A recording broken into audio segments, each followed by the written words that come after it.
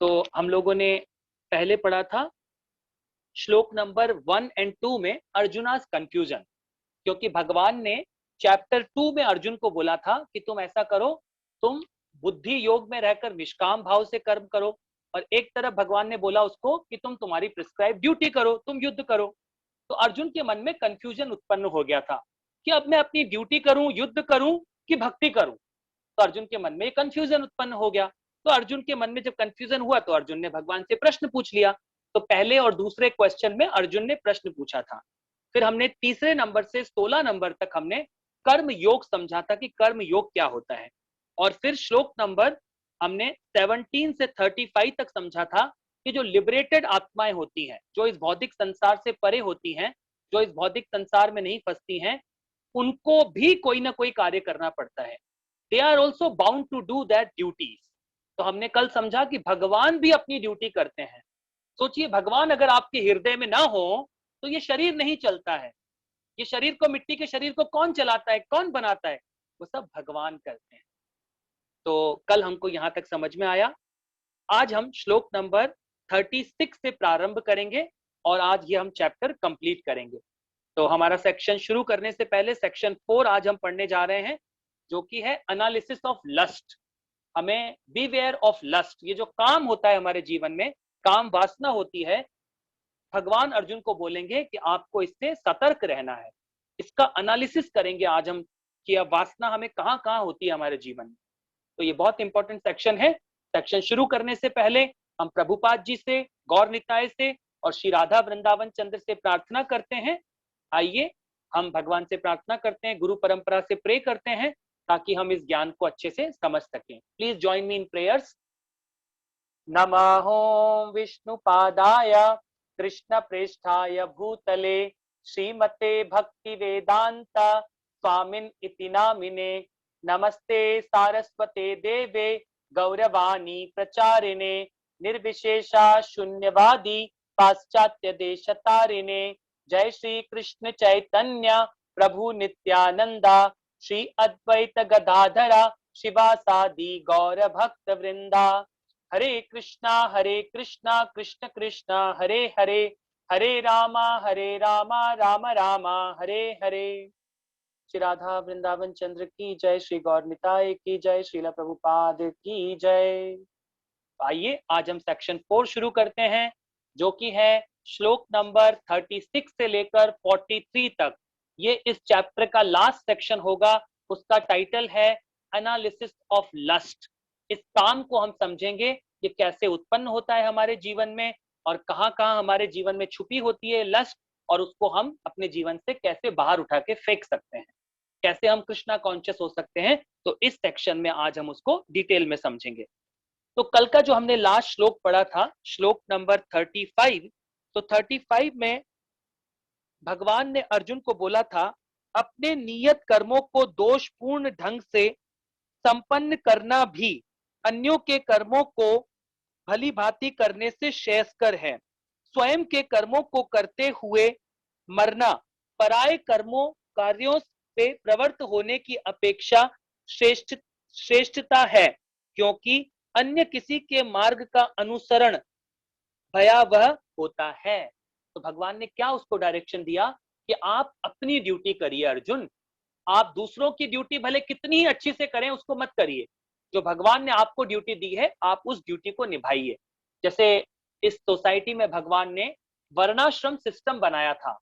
वर्णाश्रम सिस्टम का मतलब होता है चातुर्वर्ण्यम मया सृष्टम गुणा कर्म विभागशः। भगवान ने कैसे डिवाइड किया था? ब्राह्मणा, क्षत्रिया, वैश्या एंड शूद्रा। तो जब भगवान ने बोला ब्राह्मण को ब्राह्मण का कार्य करना चाहिए, अगर ब्राह्मण कल से क्षत्रिय का कार्य क्या करेगा तो डिस्टर्ब होगी सोसाइटी। और क्षत्रिय क्षत्रिय का कार्य करना चाहिए था, जिसका कार्य था देश की रक्षा करना, और जितने भी क्षत्रिय के कार्य होते हैं, मैनेजमेंट से रिलेटेड कार्य होते हैं। वैश्य का कार्य क्या होता है? खेती करना, पशुपालन करना, बहुत धन अर्जित करना और क्षत्रिय को राजा को दे देना। और शूद्र का क्या कार्य होता था? इन तीनों वर्गों की सेवा करना। तो भगवान ने ये प्रॉपर सोसाइटी को डिवाइड किया था। जब हमने दूसरों की ड्यूटी करना प्रारंभ कर दी, आज वैश्य क्या कर रहे हैं पूरी दुनिया में?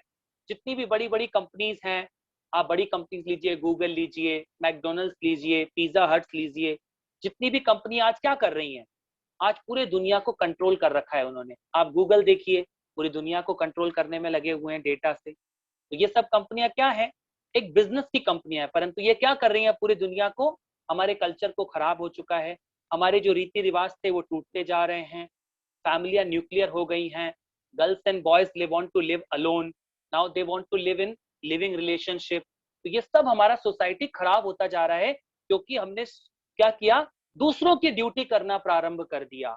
तो भगवान बोल रहे हैं आप अपनी ड्यूटी करिए, किसी और की ड्यूटी करने का कोई मतलब नहीं। तो अब देखिए, जब भगवान ने ये प्रश्न किया, तो अब अर्जुन ने क्या है, अब अर्जुन प्रश्न पूछेगा। अब हम लोग आज श्लोक नंबर 36 से प्रारंभ करेंगे। अर्जुन उवाच अथ केन प्रयुक्तो अयम पापम चरति पुरुषः अनिच्छान्पि वार्ष्णेय बलम दीव नियोजितः। अब क्या प्रश्न पूछा है, अर्जुन ने कहा, हे वृष्णिवंशी, वो वृष्णिवंशी बोल रहे हैं भगवान को, न चाहते हुए भी पाप कर्मों के लिए प्रेरित क्यों होता है, ऐसा लगता है कि उसे बलपूर्वक उसमें लगाया जा रहा है। तो जब कार्य करने के लिए बोला, तो अर्जुन के मन में प्रश्न आया, भगवान ऐसा क्यों होता है जीवन में कि वो जीव क्या होता है, पाप कर्मों में लग जाता है, और ऐसा लगता है कि उसको फोर्सफुली कोई डाल रहा है इन पाप के कर्मों में। जैसे कि निर्भया केस हुआ, तो उन 4 लड़कों ने, 5 लड़कों ने इस तरह के गलत कार्य क्यों किए, हमें रीजन समझ में आना चाहिए।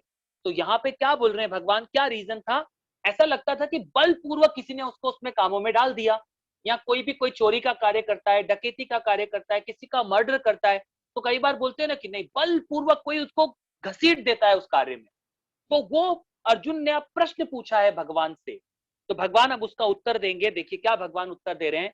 श्री भगवान उवाचा काम एष क्रोध एष रजो गुणो समुद्भव महाशनो महापाप्मा विद्धेरेणीय वैरिणम। श्री भगवान ने कहा, हे अर्जुन, इसका कारण रजोगुण के संपर्क से उत्पन्न काम है, जो बाद में क्रोध का रूप धारण करता है और जो इस संसार का सर्वभक्षी पापी शत्रु है। तो क्या बता रहे हैं भगवान, जो ये काम हमारे जीवन में उत्पन्न होता है, वो कैसे उत्पन्न होता है, काम क्या है, आपको क्यों किसी से इतना अट्रैक्शन है। तो भगवान बोल रहे हैं क्योंकि आत्मा का रियल अट्रैक्शन भगवान के साथ है, तो भगवान के साथ तो हमारा प्रेम होता है। परंतु जब हम इस भौतिक संसार में गिरता है, ये जो आत्मा जब भौतिक संसार में गिरता है, तो यहाँ को किसके टच में आता है, इस भौतिक संसार के प्रकृति के 3 गुण होते हैं, तत्वगुण, रजोगुण और तमोगुण। जैसे ही आप इस भौतिक संसार के, जो भगवान के साथ आपका क्या था, प्रेम था, जैसे ही आप इस भौतिक संसार में गिरे, रजोगुण के चक्र में फंसे, तो क्या हो गया, वो जो प्रेम था वो किसमें बदल जाता है, काम में बदल जाता है। एक्चुअली वो प्रेम जो काम है, एक्चुअली वो प्रेम है। मैं जैसे ही इस भौतिक संसार में गिरते हैं, रजोगुणो समुद्भवा, जैसे ही रजोगुण के संपर्क में आते हैं, वो किसमें बदल जाता है, हमारा जो प्रेम है, जो भगवान के प्रति तो हमारा इटरनल प्रेम है, हमारी कृष्णा के साथ लविंग रिलेशनशिप है, परंतु यहाँ आते ही वो काम में परिवर्तित हो गया, वासना में परिवर्तित हो गया।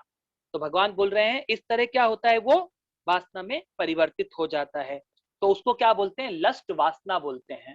तो यहाँ भगवान बोल रहे हैं, हे अर्जुन, इसका कारण रजोगुण के संपर्क से उत्पन्न काम है, जो बाद में क्रोध का रूप धारण करता है। अगर हमारा काम सेटिस्फाई नहीं होता है, तो हमें क्रोध आता है, गुस्सा आता है। मान लीजिए कोई पुरुष किसी नारी को अट्रैक्ट हो जाता है, कोई नारी किसी पुरुष से अट्रैक्ट हो जाती है, या आप किसी BMW कार से अट्रैक्ट हो जाते हैं, आप किसी किसी भी लग्जरी चीज से अट्रैक्ट हो जाते हैं। अगर आप उस वस्तु को नहीं पा रहे हैं, मान लीजिए कोई पुरुष किसी स्त्री को नहीं पा पाता है, तो क्या होता है, उस गर्ल्स एंड बॉयज के रिलेशन में क्या होता है, उनको गुस्सा आता है, आई वॉन्ट हर, उसको गुस्सा आने लगता है जीवन में। तो ये गुस्सा कहां से शुरू हुआ, काम से शुरू हुआ। काम था वो किसमें कन्वर्ट हो गया, क्रोध में कन्वर्ट हो गया। तो भगवान बोल रहे क्योंकि हम काम को कई बार सेटिस्फाई नहीं कर पाएंगे इस जीवन में, तो आज भगवान हमें बताएंगे आप पूरे जीवन इस काम को कभी सेटिस्फाई नहीं कर सकते, आज तक कोई सेटिस्फाई नहीं कर पाया, इसीलिए हमें क्या आता है, क्रोध आता है। तो अब अगले श्लोक में भगवान हमें बताएंगे कि ये कहाँ छुपा होता है। देखिए भगवान क्या बोल रहे हैं अगले श्लोक में, धूम्रेण धूम्रेण व्रियते वा ये दर्शतो मलेन च यथा यथोल्बेन वृतो गर्भस्तथा तेने दमावृतम। बहुत इंपॉर्टेंट श्लोक है। भगवान बोल रहे हैं जिस प्रकार अग्नि धुएं से, दर्पण धूल से तथा भ्रूण गर्भाशय से आवृत रहता है, उसी प्रकार जीवात्मा इस काम की विभिन्न मात्राओं से आवृत रहती है। अब देखिए भगवान ने यहाँ पे डिग्री ऑफ लस्ट दिया है, ये काम किस किस में कितना कितना होता है। तो यहाँ भगवान ने हमें 3 एग्जाम्पल दिए हैं। पहला एग्जाम्पल दिया भगवान ने, जब हम अग्नि जलाते हैं उसमें धुआं उठता है, और एक कांच होता है जो मिरर होता है, उस पर हम धूल जमी रहती है। और तीसरा भगवान ने एग्जाम्पल दिया, जो माँ के गर्भ में एक शिशु उल्टा लटका रहता है। तो 3 एग्जाम्पल दिए, ये हैं सतोगुण, रजोगुण और तमोगुण के एग्जाम्पल हैं ये। जैसे कि जब अग्नि में से धुआं निकलता है तो वो क्या होती है, उस धुएं में फिर भी आपको अग्नि नजर आती है, तो वो क्या है, सतोगुण का लेवल का काम है। दूसरा भगवान ने बताया रजोगुण। रजोगुण मतलब एक मिरर के ऊपर अगर आप मिट्टी डाल दें तो आप अपने फेस को नहीं देख सकते। तीसरा एग्जाम्पल बोल रहे हैं, जो माँ के गर्भ में एक शिशु पैक होता है तो बिल्कुल टाइट पैक होता है, उसको ना देख सकते, हम नहीं देख सकते उसको। तो उस एग्जाम्पल को क्या से कन्वर्ट कर रहे हैं, तमोगुण से कन्वर्ट कंपेयर कर रहे हैं भगवान यहाँ। तो ये लिस्ट डिग्री ऑफ लस्ट है, किसमें कितने प्रकार की काम वासना होती है। जैसे कि यहाँ पे एग्जाम्पल क्या है, पहला एग्जाम्पल जो धुएं से अग्नि छूटती है, उसका एग्जाम्पल एक्चुअली मनुष्य जीवन से लिया गया है। तो मनुष्य जीवन में क्या होता है, ये काम वासना फिर भी थोड़ी कम होती है। कैसे बोल रहे हैं भगवान, अगर आप इस मनुष्य जीवन में थोड़ा भी कृष्ण का भजन कर लेंगे, थोड़ा भी भगवान का भक्ति कर लेंगे, तो आप में बहुत फेयर चांस होते हैं इस भौतिक संसार से निकलने के। आप यहां से निकल सकते हैं। इस भौतिक संसार से क्या है, हम निकलने का बहुत अच्छा साधन दिया है भगवान ने। आप इजीली इससे यहां से निकलने के, इस भौतिक संसार से निकल जाएंगे अगर आप मनुष्य जीवन में भक्ति कर लेंगे। दूसरा एग्जाम्पल दिया यहाँ पर भगवान ने, जो कांच के ऊपर बहुत सारी डस्ट होती है मिरर के ऊपर, तो हमें हमारा फेस नजर नहीं आता है। वो क्या होता है, वो उस प्रकार की काम वासना किसमें होती है, पशु पक्षियों में होती है। जैसे कि पक्षी होते हैं, कबूतर होता है, पिजन, दिन भर में 10 से 12 बार सेक्स करता है, परंतु फिर भी उनकी क्या है, लस्ट सेटिस्फाई नहीं होती है। इवन आप इस एक्टिविटी में कितना ही इन्वॉल्व हो जाइए, फिर भी ये जो इच्छा है ये कभी सेटिस्फाई नहीं होती है। तो भगवान क्या बोल रहे हैं कि जो पशु पक्षियों में है उनमें क्या है, और ज्यादा लिस्ट, जो डिग्री ऑफ लस्ट है उनमें और ज्यादा है। और तीसरा एग्जाम्पल भगवान ने दिया, जो माँ के गर्भ में जो शिशु पैक रहता है, उसको ना आप हिला सकते हो, बिल्कुल टाइट पैक रहता है, उल्टा लटका रहता है। तो उसकी कामना किससे करी भगवान ने, अब जो जो पेड़ होते हैं, पेड़ क्या होते हैं, हमेशा एक सर्दी गर्मी उसमें खड़े रहते हैं, तो वो उनका जीवन कैसा है, और ज्यादा लस्ट से भरा हुआ रहता है।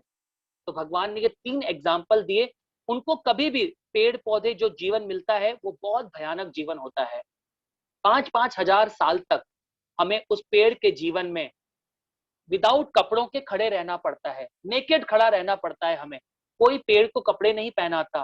पेड़ को आप कितने ही पत्थर मारिए, कितने ही धूप में बारिश में खड़ा रहना पड़ता है। तो उनकी लस्ट, डिग्री ऑफ लस्ट कैसी होती है, बहुत हाई लेवल ऑफ लस्ट है। तो भगवान ने यहाँ 3 हमें एग्जाम्पल दिए हैं डिग्री ऑफ लस्ट के। तो इसे समझना चाहिए, हमें इस जीवन में मनुष्य जीवन मिला है, तो उसका हम सही उपयोग करें। और वो सही उपयोग क्या है, हम अपने आप को कृष्णा कॉन्शियसनेस में जल्दी लगा लें, ताकि हम इस भौतिक संसार से निकल सके। अब अगले 39 श्लोक में भगवान बोल रहे हैं, आवृतम ज्ञान में तेना ज्ञानिनो नित्य वैरिना काम रूपेण कौन्तेया दुष्पुराणम न लेन चा। अब क्या बोल रहे हैं भगवान, देखिए बहुत सुंदर बात की भगवान ने। इस प्रकार ज्ञानमय जीवात्मा की शुद्ध चेतना उसके काम रूपी नित्य शत्रु से ढकी रहती है, जो कभी नष्ट नहीं होता और अग्नि के समान जलता रहता है। जीवात्मा की शुद्ध चेतना उसके काम रूपी नित्य शत्रु से ढकी रहती है। तो आत्मा तो क्या है, प्योर अंश है, भगवान के साथ लविंग रिलेशनशिप है, मगर ये काम रूपी जो हमारे अंदर भावना है, उससे क्या होते हैं, हम लोग ढके रह जाते हैं। उससे हमारे बहुत सारी इच्छाएं डेवलप होती रहती हैं। तो अगले श्लोक में देखिए, बहुत इंपॉर्टेंट श्लोक है, 40वें श्लोक में भगवान क्या बोल रहे हैं? इंद्रियाणि मनोबुद्धिर स्वाधिष्ठान मुच्यते एवा विमोह्यत्येषा ज्ञानामावृत देहिनाम। इंद्रियों, मन तथा बुद्धि इस काम के निवास स्थान है। इसके द्वारा यह काम जीवात्मा के वास्तविक ज्ञान को ढककर उसे मोहित कर लेता है। देखिए, अब ये जो लस्ट है, ये जो काम कहां कहां छुपा होता है, भगवान बोल रहे हैं इंद्रियों में, आपके माइंड में और आपकी बुद्धि में। ये काम वासना कहाँ छुपी हुई है हमारे जीवन में? देखिए, एक तो इन इंद्रियों में छुपी हुई है, एक आपके माइंड में छुपी हुई है, एक आपके बुद्धि में छुपी हुई है। तो अब हम इसको कैसे निकालें? अगले श्लोक में भगवान बोलेंगे, क्योंकि हमें मनुष्य शरीर मिला है तो हमारा रियल ड्यूटी क्या है? इस काम वासना को निकाल के फेंक देना। तो ये कैसे फेंकेंगे हम? अब ये कोई इंस्ट्रूमेंट तो है नहीं, यहाँ कोई गंदगी तो है नहीं कि उसको साफ कर दिया। मान लीजिए कूड़ा करकट का एक जो डस्टबिन होता है, उसमें से कूड़े करकट को निकाल के फेंक दिया। अब आप ऐसे माइंड को निकाल के तो फेंक नहीं सकते, इंटेलिजेंस भी हमें दिखता नहीं है, कहाँ से निकाल के फेंकें? अब कैसे निकालेंगे? इन इंद्रियों को निकाल के फेंक सकते हैं? हम नहीं फेंक सकते। तो उसके लिए हमें भगवान से अब प्रॉपर तरीका समझना होगा कि इनको हम कैसे प्यूरिफाई करें, इन इंद्रियों को, माइंड को और हमारी बुद्धि को हम कैसे प्यूरिफाई करें। क्योंकि मान लीजिए आपने बचपन में, कॉलेज में कुछ गलत काम कर दिया है, हम सब अपने जीवन में करके आते हैं। मैंने भी एमबीए किया है आईटीएमबी से, तो वहां पे जो कॉलेज लाइफ था वो बहुत डिफिकल्ट था। मुझे पता है, हम लोग 60 स्टूडेंट थे, 60 में से 42 बॉयज थे, 18 गर्ल्स थी। 42 बॉयज में से, यू वॉन्ट बिलीव, 35 लड़के डेली रात को जो नॉनवेज होता है वो खाते थे, दारू पीते थे, सब गलत काम करते थे। और जो 18 लड़कियां थी वो भी इनसे कम नहीं थी, सारे गलत कामों में प्रवृत्त थी। तो ये जो लस्ट है ये बहुत भयानक है, इसको हम कभी भी ऐसे सही नहीं कर सकते। इसके लिए हमें भगवत गीता और वैष्णवों का सहारा लेना पड़ता है, हमें भगवान के होली नाम का सहारा लेना पड़ता है। तब जाके, मान लीजिए अब उस बचपन में हमने, कई भक्तों ने बहुत सारे गलत काम किए होंगे, आप अपना पिछला जीवन उठा के देखिए, आपने क्या क्या लस्ती भरे कार्य किए हैं, सबको अपने अपने जीवन में पता है। आपने मीट ईटिंग किया है, इंटॉक्सिकेशन किया है, गैम्बलिंग किया है, इलिसिट सेक्स किया है, जो भी कार्य किए हैं, कहीं ना कहीं किसी न किसी ने, हमने वो गलत गलत काम किए हुए हैं जीवन में। तो हमसे क्या बता रहे हैं भगवान?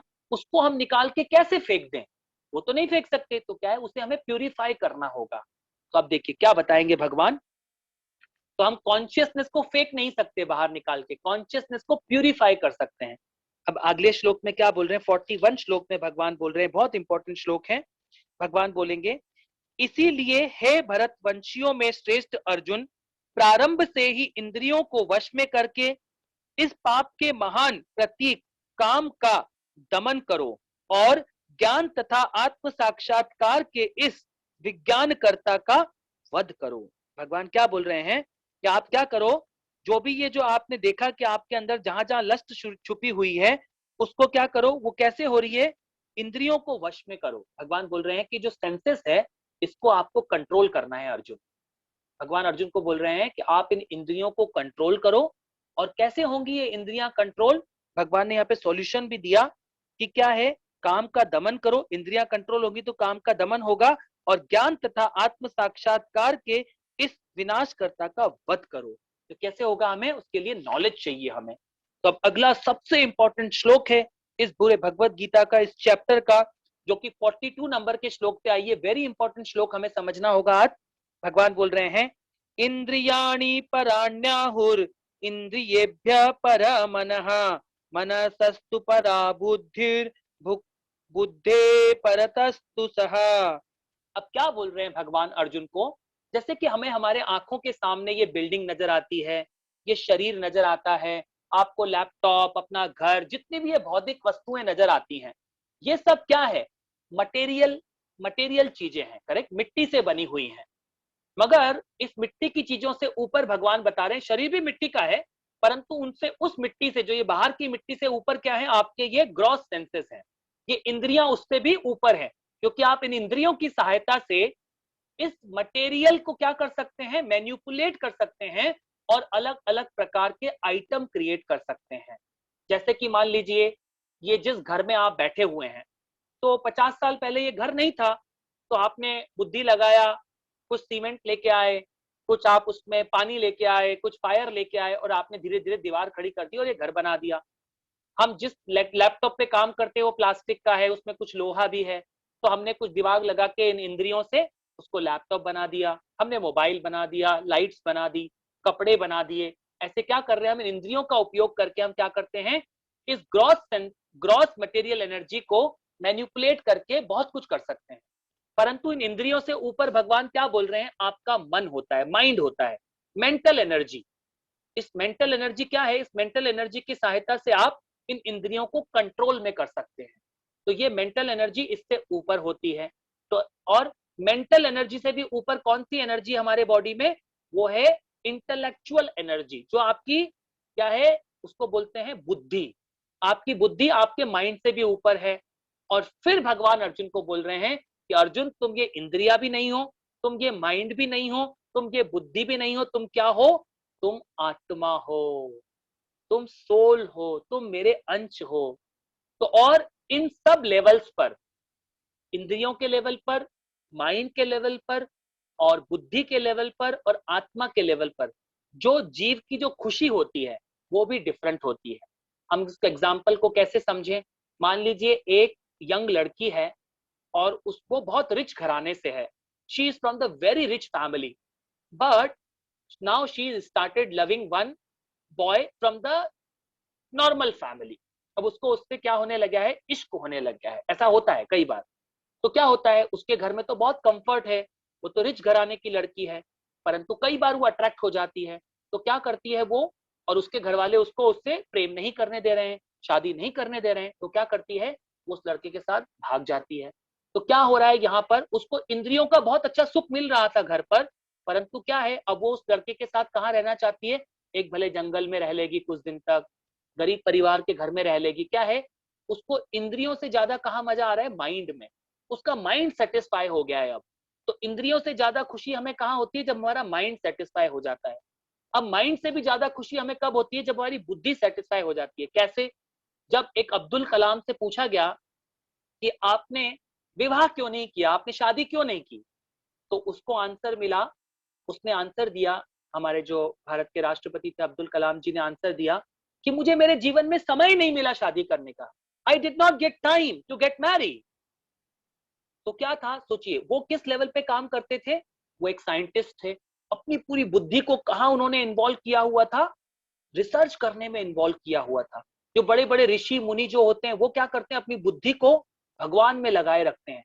तो उनको ये भौतिक इंद्रियों के सुख में, माइंड के सुख में उनको कोई मजा नहीं आता है, क्योंकि उनकी बुद्धि क्या है, भगवान में इन्वॉल्व है या किसी हायर चीज में इन्वॉल्व है। तो फिर आपको इन छोटे मोटे चीजों के रस नहीं आएगा। परंतु इससे भी ऊपर रस क्या है, जब आप अपनी आत्मा को कृष्णा के नाम में इन्वॉल्व कर लेंगे, तो आपको ये इंद्रियों के टेस्ट में भी मजा नहीं आएगा, और आपको मन माइंड से जितना हमें खुशी मिलती है उसमें भी मजा नहीं आएगा, बुद्धि से जो खुशी मिलती है उसमें भी मजा नहीं आएगा। आपको टॉप मोस्ट टेस्ट कहाँ आता है, जब आप क्या करते हैं, जब आप आत्मा को खाना देने लगते हैं। तो क्या है, इस ग्रॉस सेंसेस से ज्यादा सटल क्या है, हमारी इंद्रियां। इंद्रियों से ज्यादा सटल क्या है, हमारा माइंड। हमारे माइंड से भी ज्यादा सटल क्या है, हमारी बुद्धि। और बुद्धि से भी ज्यादा सटल एक चीज होती है, फॉल्स ईगो, जिसको बोलते हैं अहंकार। इस अहंकार की वजह से ही हम क्या बोल बैठते हैं कि मैं आदमी का शरीर हूं, मैं एक औरत का शरीर हूं, मेरा नाम शर्मा है, मेरा नाम प्रीति है, मेरा नाम अंजू है, और मेरा नाम मल्लिका है। जो भी हम अपने शरीर को नाम दे देते हैं, और मेरा नाम अनिल है, तो हम अपने शरीर को नाम दे देते हैं कि मेरा ये नाम है। तो इस तरह क्या करते हैं हम, और कभी बोल देते हैं हम भारतीय हैं, हम पाकिस्तानी हैं, हम रशिया के हैं, हम अमेरिकन हैं। तो क्या कोई अमेरिकन होता है, आज से 500 साल पहले कोई अमेरिका एग्जिस्ट नहीं करता था। एक कोलंबस नाम का आदमी गया, उसने वहां पर उस जगह को नाम दे दिया अमेरिका, और वहां के जो पैदा होते हैं उनको अमेरिकन बोल दिया गया। तो हम रियली में क्या है, भगवान क्या बताना चाह रहे हैं हमें, कि हम आत्मा हैं। हमें आत्मा के लेवल पे अब काम करना होगा, तब जाके हम इस काम से, इस लस्ट से बाहर निकल पाएंगे। तो ऐसा भगवान हमें यहाँ पर बता रहे हैं। अब देखिए, अगला जो इसका लास्ट श्लोक है, अब इसको क्या बोला भगवान ने, कर्मेंद्रियां जड़ पदार्थ की अपेक्षा उपेक्षा श्रेष्ठ है, मन इंद्रियों से बढ़कर है और बुद्धि मन से भी उच्च है और यह आत्मा बुद्धि से भी बढ़कर है। तो ये जो आपकी आत्मा है वो क्या है, क्योंकि भगवान का अंश है, वो स्पिरिचुअल एनर्जी है। जब तक इस बॉडी में आत्मा रहती है और परमात्मा रहते हैं, ये शरीर चलता है। जैसे ही आत्मा परमात्मा नहीं है, ये शरीर रुक जाता है। तो हमें किसके ऊपर काम करना चाहिए, हमें आत्मा के ऊपर काम करना चाहिए एवरी डे, न कि हमारी इंद्रियों को इंद्रिय भोग में लगाना चाहिए। इन आंखों का सेंस ऑब्जेक्ट क्या है, इन आंखों का सेंस ऑब्जेक्ट एक सुंदर रूप को देखना। रूप, आप हमेशा, एक पुरुष एक नारी से अट्रैक्ट हो रहा है, एक नारी एक पुरुष से अट्रैक्ट हो रही है, हम देखना चाहते हैं, उसको एंजॉय करना चाहते हैं, तो ये अट्रैक्शन हो रहा है। इन कानों से क्या अट्रैक्शन हो रहा है, हम एक सुंदर आवाज सुनना चाहते हैं। इसी तरह नाकों से हम कोई स्मेल करना चाहते हैं। इस टंग से हम क्या करना चाहते हैं, कुछ टेस्ट करना चाहते हैं, दिन भर हम खाते रहते हैं। और इन त्वचा से हम किसी सॉफ्ट चीज को आलिंगन करना चाहते हैं। तो अगर हम इन इंद्रियों को कृष्णा कॉन्शियसनेस में लगा देंगे तो क्या हो जाएंगे, हम इस प्रोसेस से बच जाएंगे, हम इस काम से बाहर निकल पाएंगे। तो ऐसा भगवान यहाँ पर बोल रहे हैं। और अगला इसका लास्ट श्लोक है, 43 नंबर का श्लोक है। भगवान बोल रहे हैं, एवं बुद्धि परम बुद्ध्या संस्थाभ्यात्मात्मना जाहि शत्रु महाबाहो काम रूपा दुरासदम।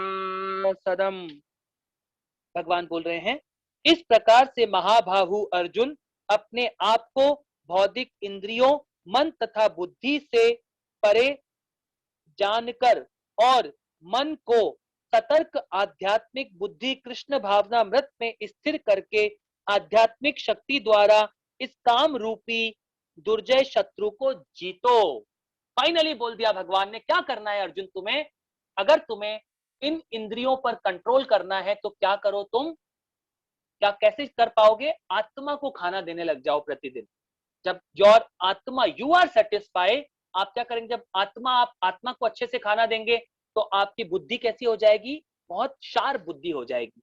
जब आपकी बुद्धि शार्प हो जाएगी तो आप माइंड को क्या कर पाएंगे, प्रॉपर डायरेक्शन दे पाएंगे। और आप जब माइंड को प्रॉपर डायरेक्शन देंगे तो आप अपनी इंद्रियों को कंट्रोल कर पाएंगे। तो ये क्या होता है, ये पूरा प्रोसेस है। तो इस प्रोसेस में आपको क्या करना करेगा, कृष्णा कॉन्शियस वे को फॉलो करना पड़ेगा। तो अगले कल के चैप्टर में हम शुरू करेंगे चैप्टर नंबर 4, जिसका टाइटल है, हमें दिव्य ज्ञान बताएंगे भगवान कि इस प्रोसेस को आप जीवन में कैसे फॉलो कर सकते हैं। अर्जुन, आप चाहो तो अपने जीवन में इस इंद्रिय तृप्ति के कार्यों से बाहर निकल सकते हो और बिल्कुल बड़े आराम से आत्मा को खाना देकर अपने सही गोल को, इस मनुष्य जीवन का जो गोल है उसको आप प्राप्त कर सकते हो। तो ये आज हमने यहाँ पर चैप्टर 3 खत्म किया है, आज इसका लास्ट सेक्शन था। और अभी हम प्रभुपाद जी के साथ एक माला हरे कृष्ण मंत्र का जप करेंगे और उसके बाद अगर आपका कोई भी प्रश्न है तो आप प्रश्न पूछ लीजिएगा। आप सभी का बहुत बहुत धन्यवाद। आप प्रतिदिन साथ बने रहिए, हम 30 दिन में ही ये पूरी भगवत गीता का ज्ञान को अच्छे से समझ लेंगे। हरे कृष्णा।